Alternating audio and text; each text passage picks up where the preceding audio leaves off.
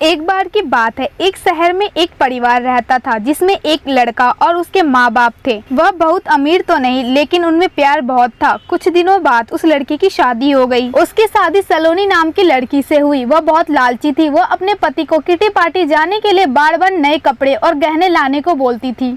उसके पति ने उसको समझाया कि अपने बराबरी वाले लोगों से ही दोस्ती करना चाहिए। अगर तुम महीने में 10 बार किटी पार्टी में जाओगी तो तुमको हर बार नए कपड़े और गहने कौन दिलाएगा।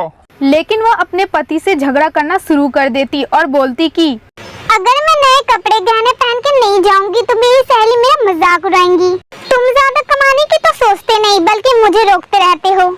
इसके बाद वो अपनी सास के पास गई। माँ जी, आप मुझे अपने गहने दे दीजिए, मुझे किटी पार्टी में पहनकर जाना है। उसकी सास हैरान होकर बोली, हमारे समय में बहू अपने सास को गहने रखने देती थी, लेकिन तुम मुझसे गहने मांग रही है। उसकी इन हरकतों से सारा परिवार दुखी था। एक दिन सलोनी की सहेली शिल्पा घर आई।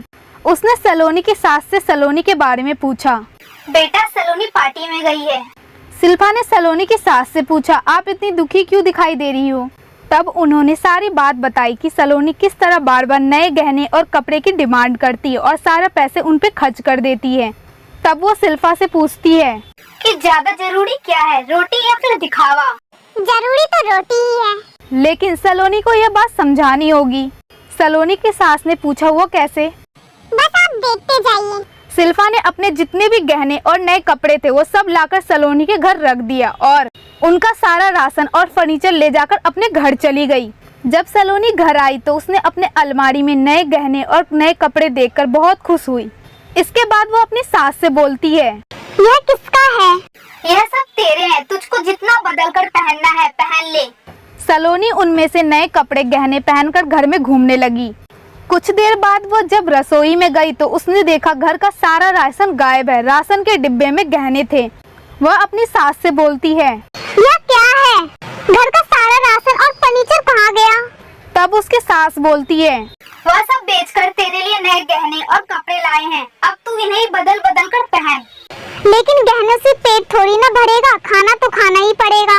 तभी सलोनी की सहेली शिल्पा वहाँ आ जाती है। जब पहले तुम्हारी सास ने तुमको समझाया था तब तुम मानी नहीं, इसलिए हमने ये सब किया। अगर तुमको लगता है तुम्हारा पति ज्यादा नहीं कमाता तो तुम खुद क्यों नहीं नौकरी करती? तुमको इन फालतुओं के दिखावे से बचकर अपने घर पर ध्यान देना चाहिए। अब सलोनी को अपनी गलती का एहसास हो चुका था।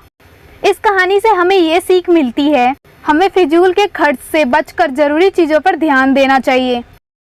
दोस्तों, स्वागत है आपका इस वीडियो में। सब्सक्राइब कीजिए थिंक विद ब्रेन चैनल को और क्लिक कीजिए बेल आइकन पे, जिससे आपको मिल सके मेरी लेटेस्ट वीडियो की नोटिफिकेशन सबसे पहले।